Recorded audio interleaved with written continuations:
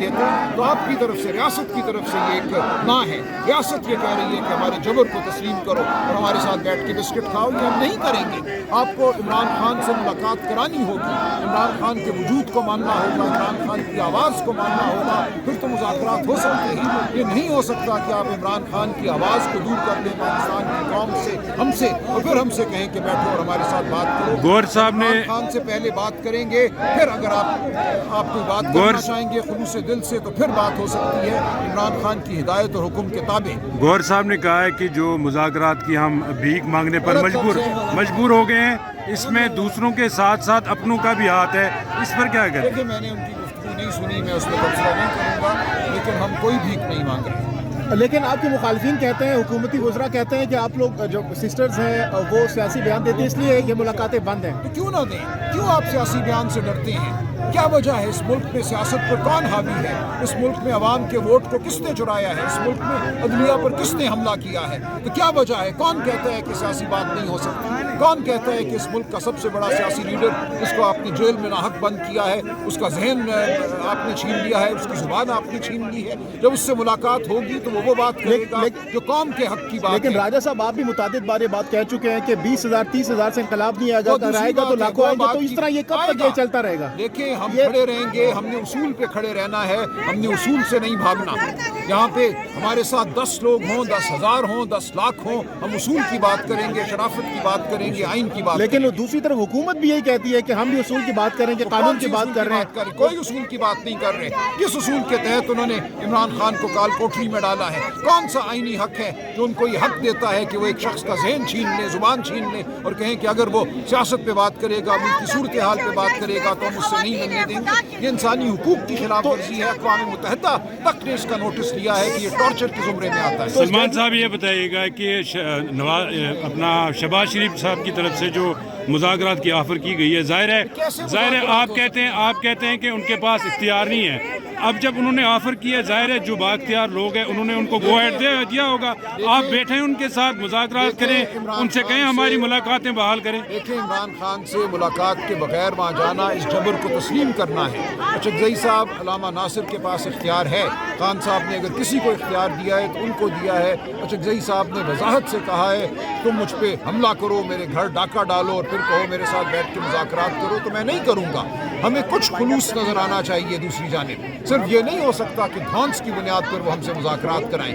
عمران خان سے کرائیں ملاقات ہماری, اچکزئی صاحب کی کرائیں. سر اچکزئی صاحب تو یہ بھی کہتے ہیں کہ ہمیں اپنا جو ہاؤس ہے وہ بھی ان آرڈر کرنا ہے. پی ٹی آئی کے اندر جو تقسیم ہے, پی ٹی آئی کے اندر وہ اپنی جگہ بات ہے. ابھی ہم بات کر رہے ہیں خان صاحب کی جو یہ قید تنہائی ہے, ہم بات کر رہے ہیں جو مذاکرات کی سو کالڈ آفر ہے, بظاہر آفر ہے.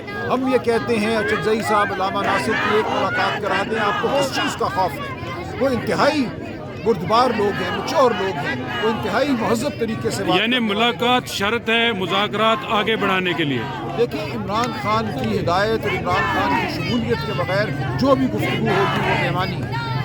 اچھا کھڑے ہیں, منظم کھڑے ہیں, کوئی پتہ بھی نہیں ٹوٹا, کوئی گملہ نہیں ٹوٹا. ہمارے پاس نہ کوئی ہتھیار ہے, نہ ہم یہاں کی جتھا ہے جس نے حملہ کرنا ہے.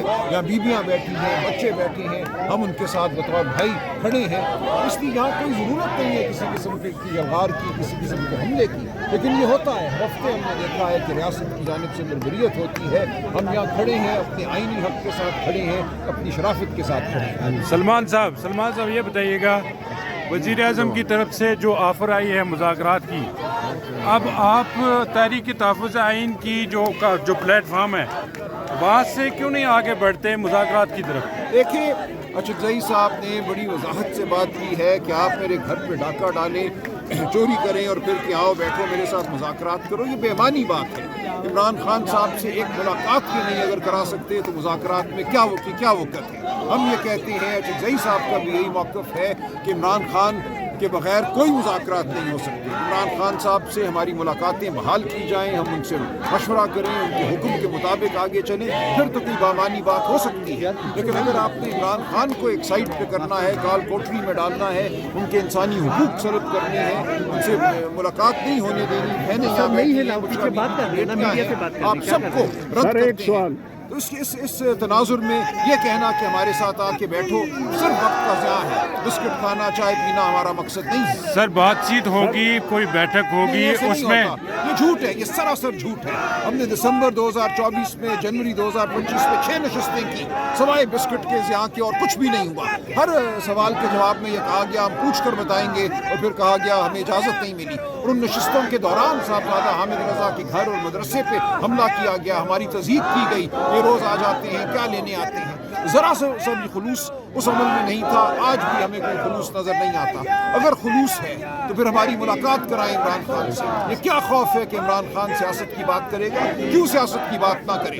سیاست ہی کی تو آپ بات کر رہے ہیں, سیاست ہی پر تو آپ حاوی ہیں, آپ اس نظام پر حاوی ہیں. مصنوعی طریقے سے آپ نے ایک حکومت بنائی ہے, آپ نے عوام کے مینڈیٹ کو چرایا ہے. لہٰذا اگر آپ نے بات کرنی ہے, کوئی بامانی بات کرنی ہے, تو عمران خان کے بغیر کوئی بات نہیں ہو سکتی. جو آپ نے کہا ہے کہ سر وہ پوچھ کر بتائیں گے, تو عمران خان کے ساتھ ملاقات کے لیے بھی اور ان مذاکرات کے لیے بھی جو پوچھ کر کہنے والی بات ہے, یہ کس سے پوچھنے کی بات کرتے ہیں؟ آپ کو پتہ ہے کس سے پوچھنے کی بات. سلمان صاحب یہ بتائے گا کہ خان صاحب نے اختیار دیا ہے اچکزئی صاحب کو اور علامہ صاحب کو. یہ بتائے گا کہ سوال پورا لے لیں.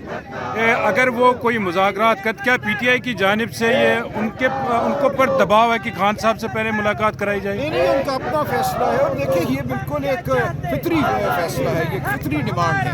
کیسے ہو سکتا ہے کہ آپ خان صاحب کو علیحدہ کر دیں, ہفتوں ان سے ملاقات نہ, اور آپ کے ہمارے ساتھ بیٹھ کے مذاکرات کرو؟ آپ نے کیوں ان کے بنیادی حقوق چھینے ہیں عمران خان کے؟ ان کی بہنوں کا حق ہے, ان کے وکلاء کا حق ہے, بشرا بیوی کی بیٹیوں کا حق ہے. جب آپ کی حق چھین لیتے ہیں اور کہتے ہیں آپ مذاکرات کرو, اس میں ہمیں, اس عمل میں ہمیں کوئی خلوص نیت نظر نہیں آتی.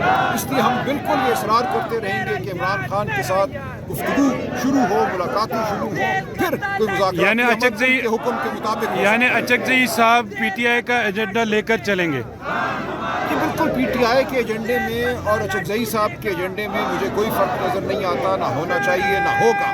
انہوں نے جو بھی گفتگو اب تک کی ہے بالکل وضاحت سے کی ہے کہ میرے گھر پہ ڈاکہ ڈالو گے, چوری کرو گے, اور پھر مجھے کہو کہ مذاکرات کرو, تو میں نہیں کروں گا. Thank you.